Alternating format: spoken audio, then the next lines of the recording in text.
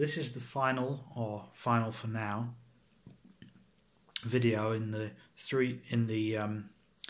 Blue Ocean Civility series.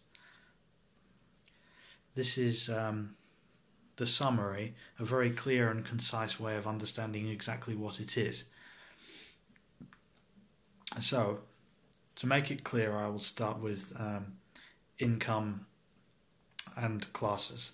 So, middle and upper classes will have more money to expend on ideas that have a Blue Ocean Civility validation attached to them.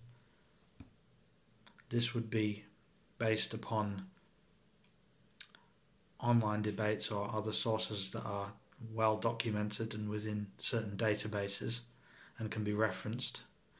And these debates may have reduced or deducted from the idea itself, but there still may be a minority, which indicates the actual Blue Ocean strategy element of the idea.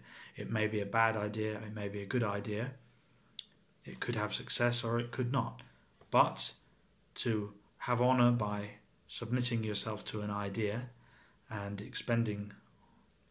making expenditure towards it, that is part of the process of modern intellectual property, I hope. So that's the first point. The second point is that low-income families, if they cannot afford it, could simply, by their own means, according to their means, invest in a pseudo-stock market relating to these ideas, which again, the ideas may not be successful, but it still stimulates the economy.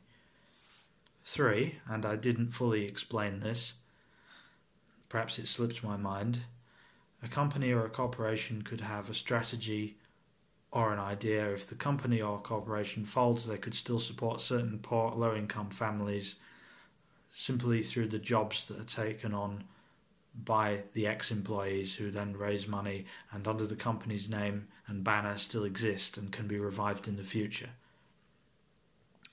4, or is it point 3?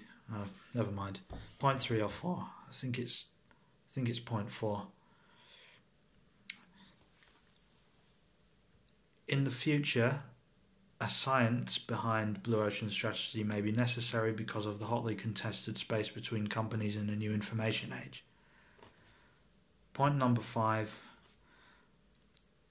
the expected total expenditure of all of the people involved in this project or idea, that is, people who have their own ideas and their own mini enterprises, will be put forward all together as one whole into an overall sum that will be known, and then other companies and organisations and political organisations and so on can define exactly what this figure means.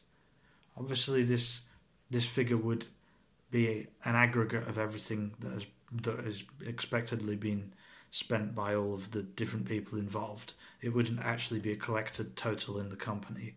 It wouldn't be shall we say, the company's ransom or the organisation's ransom for all the people in it. However, point 5, taxpayers could still put money towards this organisation. So what we have here is the Blue Ocean Civility validation system. We gain honour and intellectual property for our ideas, and we stimulate the economy with them, and it exists in the database for all time, even if it wasn't successful. And it is as though we just spent £100 on a useless device. Which brings me back to sub point 6, shall we say, and that is, why is the iPhone X £1,000?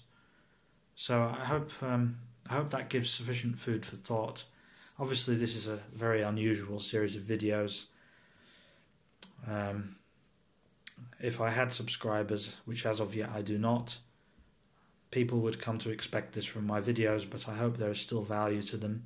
Thank you and have a good day, goodbye and good night.